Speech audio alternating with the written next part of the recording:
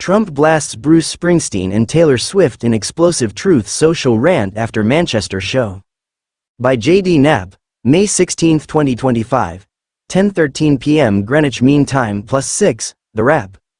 In a fiery series of Truth Social posts on Friday, former President Donald Trump reignited his long-standing feud with pop superstar Taylor Swift and took fresh aim at legendary rocker Bruce Springsteen, following pointed remarks Springsteen made during a concert in Manchester, England.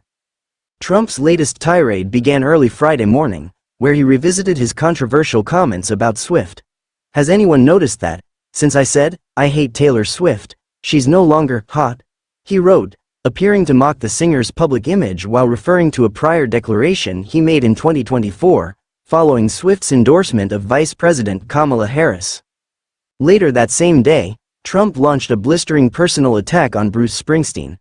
"I see that highly overrated Bruce Springsteen goes to a foreign country to speak badly about the President of the United States," Trump posted.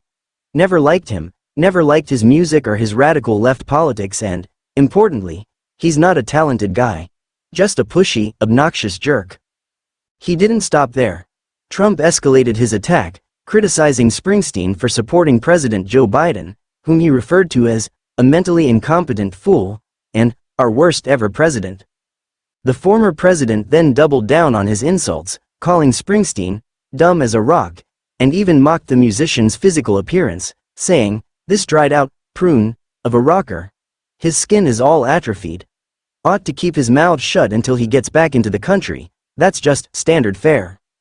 Trump's harsh rhetoric came just 2 days after Springsteen opened his European tour in Manchester with a scathing critique of the former president and the current state of American politics. In an impassioned speech to his audience, Springsteen declared, "They are persecuting people for using their right to free speech and voicing their dissent. This is happening now. In America, the richest men are taking satisfaction in abandoning the world's poorest children to sickness and death." Springsteen didn't hold back in his indictment of the Trump-era political climate. "They're taking sadistic pleasure in the pain that they inflict on loyal American workers.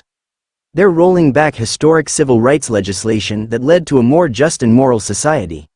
They're abandoning our great allies and siding with dictators against those struggling for their freedom." In response to Trump's attacks, Tino Gagliardi, president of the American Federation of Musicians International, issued a strong defense of both Swift and Springsteen. "The AFM will not remain silent as two of our members, Bruce Springsteen and Taylor Swift, are singled out and personally attacked by the President of the United States," Gagliardi stated. "Bruce Springsteen and Taylor Swift are not just brilliant musicians, they are role models and inspirations to millions of people in the United States and across the world." Gagliardi emphasized the importance of artistic freedom, saying, "Whether it's Born in the USA or the Eras Tour, their music is timeless, impactful and has deep cultural meaning. Musicians have the right to freedom of expression, and we stand in solidarity with all our members." Trump's renewed hostility toward Swift also reflects his ongoing frustration with her political activism. Swift has become increasingly vocal in recent years, culminating in her September 2024 endorsement of Kamala Harris. At the time, Trump lashed out with a now infamous declaration, "I hate Taylor Swift."